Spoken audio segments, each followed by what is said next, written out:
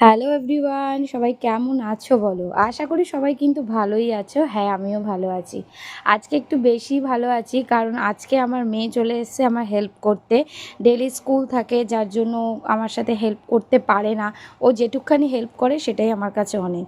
তো ও আজকে সকাল সকাল উঠে স্নানটা সেরে নিল। আমাকে বলল, মামাম আমি তোমার সাথে ঠাকুর ঘরে যাব পুজো দিতে।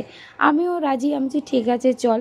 তো গিয়ে সুন্দর সুন্দর ফুলগুলো ও ঝটপট করে তুলে নিল, আর আমাকে বলছে, মামাম একটু ভিডিও করো, একটু ভিডিও করো। তো প্রথমে গোপাল সেবা হলো, তারপরে পুজো দিল। বাট পুজোটাও একা দিতে পারে না, গোপাল তুলতে পারে, সন্ধে দিতে পারে, কিন্তু পুজোতে আমার সাথে একটুখানি ওকে হেল্প করলে মানে সুবিধা হয় আর কি। তো যাই হোক, এই যে গোপাল স্নান হচ্ছে, ও বড় গোপালকে স্নান করাচ্ছে, ছোট গোপালগুলোকে আমি স্নান করিয়ে দিয়েছি। স্নান টান সেরে আমরা প্রসাদটা দিয়ে দেবো। প্রসাদ দিয়ে দিলে তারপরে প্রসাদটা আবার পরে তুলবো। তো আজকে ছিল আবার মঙ্গলবার, তার জন্য ও আবার বলল, মা বজরংবলীর পুজো আছে আজকে মঙ্গলবার, একটু হনুমান চালিসা পড়বো।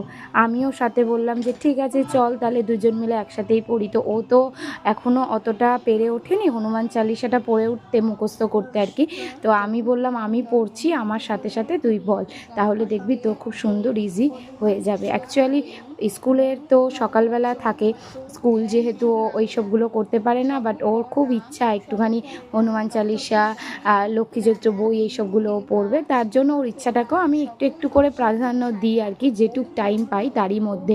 তো আমার এই ছোট্ট ব্লগটা তোমাদের কেমন লাগলো অবশ্যই কিন্তু কমেন্ট করে জানিও। সকলের কিন্তু কমেন্টের অপেক্ষায় রইলাম। ভালো লাগলে কিন্তু শেয়ার কিন্তু করো, সাথে একটা করে লাইক দিও। টাটা।